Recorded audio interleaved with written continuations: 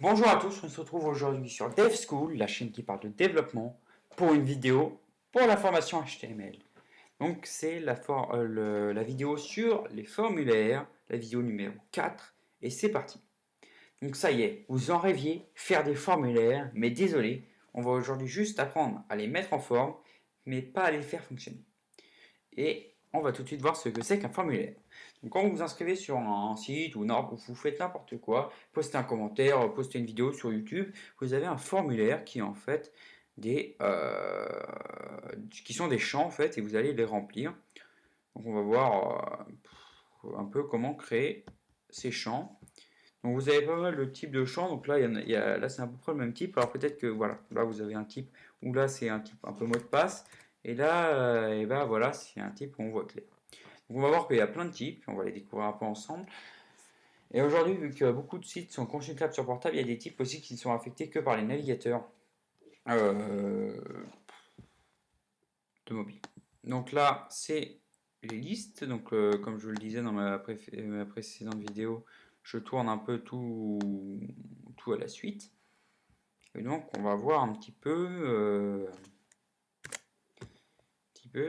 comment créer un formulaire. Donc, il y a une balise pour ouvrir un formulaire qui est la balise forme. Il sert aussi à le fermer d'ailleurs. Donc là, dedans, on va mettre notre formulaire. Donc, on va prendre le premier, le tout simple, input. Voilà, input. Donc, si vous faites un input, voilà, input. Donc là, c'est une balise orpheline, donc c'est-à-dire que vous allez la fermer comme ça. Voilà, vous avez quelque chose où vous pouvez taper. Voilà. Donc c'est un input le plus simple. Donc nous, ce qu'on va rajouter, c'est quand même des choses qui sont, par exemple, le type. Donc le type, non, type, parce que type, c'est autre chose en anglais. Type, ça va être, bon, il y en a plein de types. Et notamment pour un input standard, celui où on met rien, on met pas de type, ça va être par défaut le type texte. Si vous mettez texte, vous allez voir qu'il n'y a aucun changement. Donc moi, je vais vous faire découvrir un autre type, c'est le type password. Voilà. Donc là, si vous écrivez, vous allez voir que bon, déjà, Safari va styliser ça avec un petit cadenas. Et là, vous allez avoir des caractères qu'on ne voit pas. Donc il y en a plein. Vous avez aussi le type mail qui va en fait ne rien faire du tout, si ce n'est vous avertir si vous n'avez pas mis un mail. Là, il vous l'avertit pas, mais si vous, quand vous mettrez, quand vous, d'accord, donc ça marche pas. Bon, il y en a où ils vous disent attention, c'est pas un mail. Donc, vous en avez plein d'autres. Vous avez le type number qui va en fait empêcher la sélection de lettres, mais d'accord, qui n'empêche pas la sélection de lettres ici, mais qui vous fait un petit curseur. Oui, ça décrédibilise un peu, mais il y en a où c'est le cas. Hein. Vous pouvez pas entrer des A et tout sur d'autres navigateurs. Moi, je ne connais pas encore très bien Safari. Bon, voilà. Après, vous pouvez rajouter min, max. Par exemple, si vous voulez que ça aille. Bon, là, c'est spécifique hein, en number, que ça aille de 10 à 20 maximum. Voilà. Normalement, ça devrait le faire. D'accord. Voilà. Vous pouvez, voilà. Après, je crois que vous pouvez mettre un pas. Mais je sais plus comment on le met. Bon, c'est pas. Ensuite, qu'est-ce qu'on a comme type? On a le type range. Alors le type range, bon, ça sert pas non plus énormément. Ça va être en fait une barre comme ça qui va vous permettre de sélectionner une valeur. Est-ce que c'est vraiment très utile? C'est à vous de juger. Il y en a plein hein, des pas utiles. Hein. J'essaye de chercher. Il y a des types date, mais ça c'est pas vraiment normalement stylisé par les navigateurs. Voilà, là c'est un input de type texte. Néanmoins, sur certains navigateurs portables, c'est stylisé. Alors j'en laisse quelques-uns hein, pour après. Il y en a d'autres que je laisse. Voilà. Bon, c'est déjà pas mal. Hein. On va revenir sur un input de type texte et on va voir aussi quels autres attributs mettre. Donc il y a pas mal d'attributs. Donc on aura notamment l'attribut autofocus par exemple, qui va en fait quand on va arriver sur la page, on va remettre autofocus. Quand on va arriver sur la page, en fait, vous voyez, là je suis plus en focus et là ils vont me mettre autofocus. C'est-à-dire que je vais directement sur le formulaire. On a le type required, alors qui marche pas, c'est pareil sur tous les navigateurs, mais qui normalement vous empêche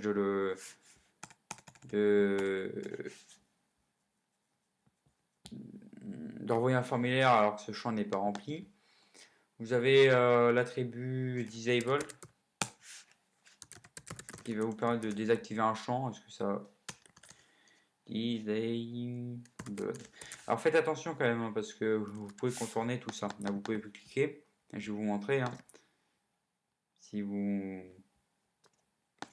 allez ici dans le formulaire et que vous enlevez cet attribut, voilà, ben vous pouvez. Hein. Donc bon, c'est pas très sécure le HTML. Ne comptez pas que là-dessus. Vous avez d'autres attributs encore, notamment le placeholder, c'est pour mettre un petit texte dead dans le champ. Donc là, c'est quelque chose qui va apparaître un peu et dès que vous allez taper, ça va disparaître. Vous avez aussi la valeur. Donc la value, ça va permettre de mettre un texte de pré-remplir votre champ avec une valeur. Voilà, et là vous pouvez la modifier. Si vous rajoutez après, ça ne change pas ce qu'il y a avant.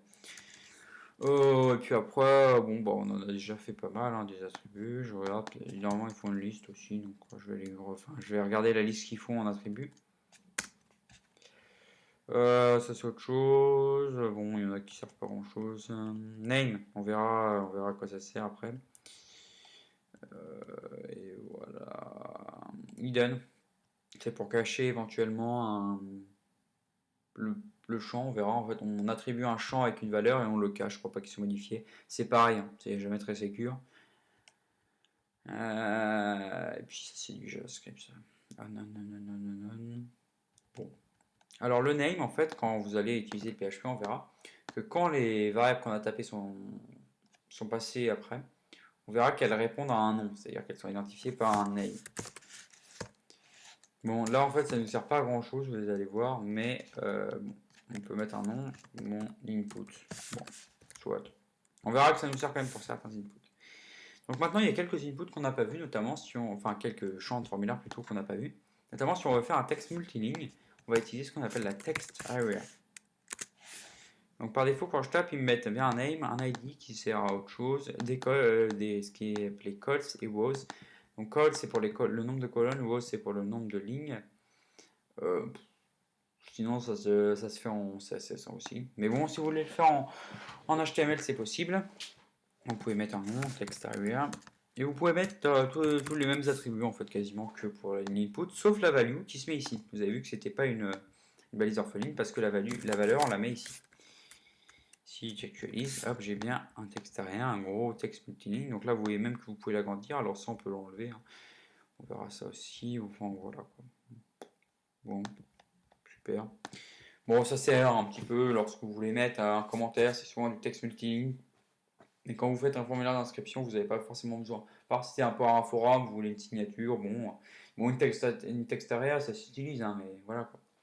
Bon, en vrai, si on veut laisser à l'utilisateur de faire des choix, donc il y a plusieurs trucs. Donc il y a les select, donc qui vont être des listes déroulantes, des checkbox, qui vont être des cases à cocher multiples, et des radios. Donc radio, c'est en fait juste les petits ronds. Donc on n'a qu'un seul choix en fait. On peut pas en faire plusieurs. Donc on va voir la différence. Donc il y en a une qui se fait dans une balise un peu spéciale, c'est la balise select. Donc dedans, voilà. Donc là, on va voir l'importance quand même de la valeur, c'est-à-dire que on va mettre des options. Et là, on va mettre un attribut qui va être la valeur. Vous pouvez mettre des chiffres ou des trucs. Enfin, voilà, quoi, ça dépend comment vous voulez vous organiser. Option. Et donc ici, vous pouvez mettre, voilà, pareil. Et on va mettre... oui, bon, là, je copie. Hein, voilà. Et on va mettre pas Bordeaux et une autre ville.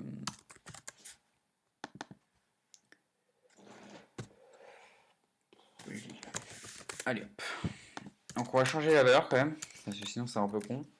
Et si on actualise, on voit qu'on a bien un petit select qui nous permet de sélectionner une des trois options, une liste déroulante. Donc après, pour ce qui est... Bon alors là vous voyez que c'est un peu moche, hein, l'alignement, bon, je me fais pas chier sur le design, c'est pas le moment. Pour ce qui est des radios et des checkbox, ça se fait à travers les inputs. Donc vous allez mettre checkbox et vous allez lui mettre un name. Voilà, un, par exemple. Une value. Non, on va pas mettre un name, on va mettre checkbox. Donc voilà. Et là, vous voyez qu'on a une checkbox. Alors là, évidemment, ça sert pas à grand chose de mettre vraiment un name. Parce que de toute façon, je vais vous dire, bon, enfin, j'ai un doute en fait. Non, en fait, peut-être pour les checkbox, je sais plus. Oula, c'est un peu flou. Attendez, bon, je vais aller regarder. Moi aussi, je peux avoir des trous, hein, ça m'arrive aussi. Checkbox HTML.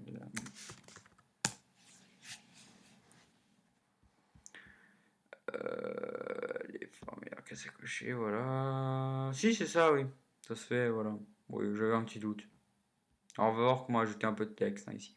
Si, c'est ça, vous mettez une value, bon. Ah bah non, vous changez aussi le nom. Bon. Bon, bref. Oui, bon, en fait, vous changez le nom. Je me suis confondu avec les radios. On va voir que ça marche avec les radios, parce qu'en fait, les radios, il faut quand même que ça soit dans le même groupe, puisque vous en avez qu'une qui peut être possibilité. Donc là, vous pouvez changer le name. Là, par contre. Et là, vous allez voir qu'en fait, si j'en sélectionne une autre, ça va automatiquement. Bon, excusez-moi pour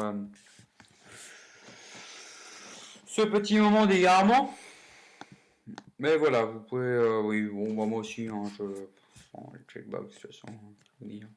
On peut toujours contourner, hein, je vais vous dire, une checkbox, bon, qu'est-ce que vous préférez? Bon, c'est vrai que là, si vous mettez vos aliments préférés dans cette liste, cochez 3 cases au plus, bon, ouais, ça peut arriver aussi, hein, mais sinon vous faites comme moi, vous cherchez checkbox HTML et puis c'est réglé. Donc là, voilà, c'est intéressant. Alors maintenant, on va juste voir un dernier truc, c'est comment mettre un petit texte après. Donc on va faire ce qu'on appelle les labels. Donc les labels, ça s'écrit comme ça. Donc c'est une balise qui est pas orpheline, hein, une balise normale, voilà. Et on va mettre dedans le texte de votre label. Donc on va mettre par exemple mon choix 1. Et il va falloir dire pour lequel ça va être fort égal quelque chose. Donc fort, ça va être pour. Et en fait, on va lui mettre un ID. Donc on va être obligé de mettre un ID. Donc je vais pas exactement détailler c'est quoi. C'est pour en fait sélectionner des éléments. Donc en CSS, en JavaScript ou même en HTML, on le voit ici. Donc on va mettre mon choix 1 ici. Et donc ça sert à ça. Donc l'ID est unique. Hein. Et si on le met ici, effectivement, vous allez voir qu'il va se passer quelque chose. On va se mettre après le premier truc. Et si je clique, vous avez vu que c'était le premier qui était sélectionné. Alors c'est pas très intelligent de le mettre ici. Donc on va plutôt décaler ici et mettre ça ici, voilà. Comme ça, c'est un peu plus intelligent. Hein. Si vous cliquez, en fait, ça va automatiquement vous faire. Vous pouvez faire un label surtout. Bon, alors, c'est soit un label, soit un placeholder. Vous choisissez un petit peu. Donc voilà, c'est à peu près tout ce que j'avais à dire sur les formulaires. Alors on verra notamment que les formulaires vont prendre ici des attributs, mais en travaillant en PHP. Donc bon, voilà. J'ai à peu près tout dit, il y a peut-être d'autres trucs. Après, vous cherchez aussi. Hein. Vous pouvez toujours chercher. Hein. Il y a toujours des trucs un peu bizarres. Les ranges, par exemple, je vais pas trop expliquer ce que c'était. Il y a des attributs, min, max aussi. Bon, vous cherchez aussi un petit peu. Moi, j'ai présenté ce que j'utilise assez souvent, c'est-à-dire les inputs, les textes area et les select. J'utilise le plus. Parce que, bon, vous pouvez toujours vous en sortir quasiment. Si vous demandez, vous êtes une femme, vous êtes un homme, vous pouvez faire un select ou un bouton radio, enfin, ou des boutons radio. Donc voilà. Dernière chose quand même, vous avez ce qu'on appelle l'input de type submit. Ah, vous avez l'input de type file aussi, qui vous permet de sélectionner un fichier. Mais ça, je le reverrai plus dans le PHP, c'est plus intéressant. Et vous avez le button, qui va prendre aussi type submit. Donc, bon, aujourd'hui, on utilise plutôt le button type égale submit. Vous avez 3 types. Hein. Alors, je me rappelle de 2, c'est submit et button. Donc, je me rappelle plus. Donc, c'est button, c'est juste pour avoir un bouton normal. Submit, c'est pour avoir un bouton de formulaire. Là, vous allez mettre la value envoyée, par exemple, la valeur, je veux dire. Et si là, vous mettez avec un input de type submit, vous êtes obligé de rajouter un champ value. Et là, envoyer. Voilà. Donc si vous faites ça, effectivement, vous avez deux boutons qui sont exactement les mêmes. Là, si j'appuie, bon, il ne se passe rien parce que j'ai pas de PHP. Donc voilà, c'était tout ce que j'avais à dire sur les formulaires. On se retrouve bientôt pour une nouvelle vidéo pour la formation HTML.